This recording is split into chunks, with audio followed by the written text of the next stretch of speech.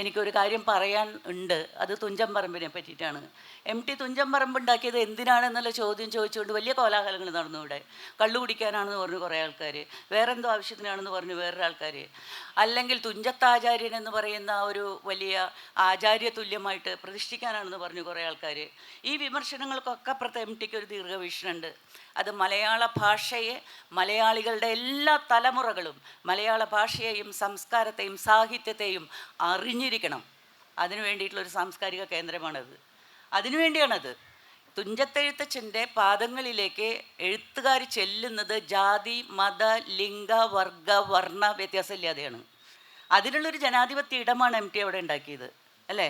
എനിക്കറിയാം, എനിക്ക് നേരിട്ടറിയാവുന്ന കുറേ കാര്യങ്ങളുണ്ട്. അവിടേക്ക് ഒരു പ്രത്യേക ശക്തി ഉള്ള ആളുകൾ അവിടെ ചെന്നിട്ട് അവിടെ വിഗ്രഹം വെക്കണം പറഞ്ഞു. തുഞ്ചത്തെഴുത്തച്ഛൻ്റെ വിഗ്രഹം വെക്കണം, അതായിരുന്നു അവരുടെ ആവശ്യം. എം.ടി ചോദിച്ചു, നിങ്ങൾ ആരെങ്കിലും കണ്ടുണ്ടോ?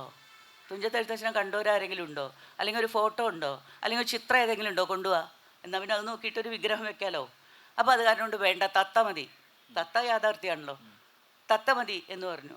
ഓരോ തവണ അതിനെ, ഞാനിവിടെ പറയാമോ എന്ന് എനിക്കറിയില്ല, അതിനെ ഹൈന്ദവവൽക്കരിക്കാനുള്ള ശ്രമം അല്ലെങ്കിൽ ഒരു പക്ഷത്തേക്ക് കൊണ്ടുപോകാനുള്ള ശ്രമം നടന്നപ്പോഴൊക്കെ തന്നെയും ഒരു മഹാദുർഗം പോലെ നിന്നുകൊണ്ട് ഈ ചെറിയ മനുഷ്യൻ അതിനെ ജനാധിപത്യത്തിൻ്റെ ഭാഗത്തേക്ക് കൊണ്ടുവന്നു എന്നുള്ളതാണ്. അതിനെ ജനാധിപത്യവൽക്കരിച്ച് നിർത്തണം എന്നുള്ളത് അദ്ദേഹത്തിന് ഉത്തമമായ ബോധ്യമായിരുന്നു.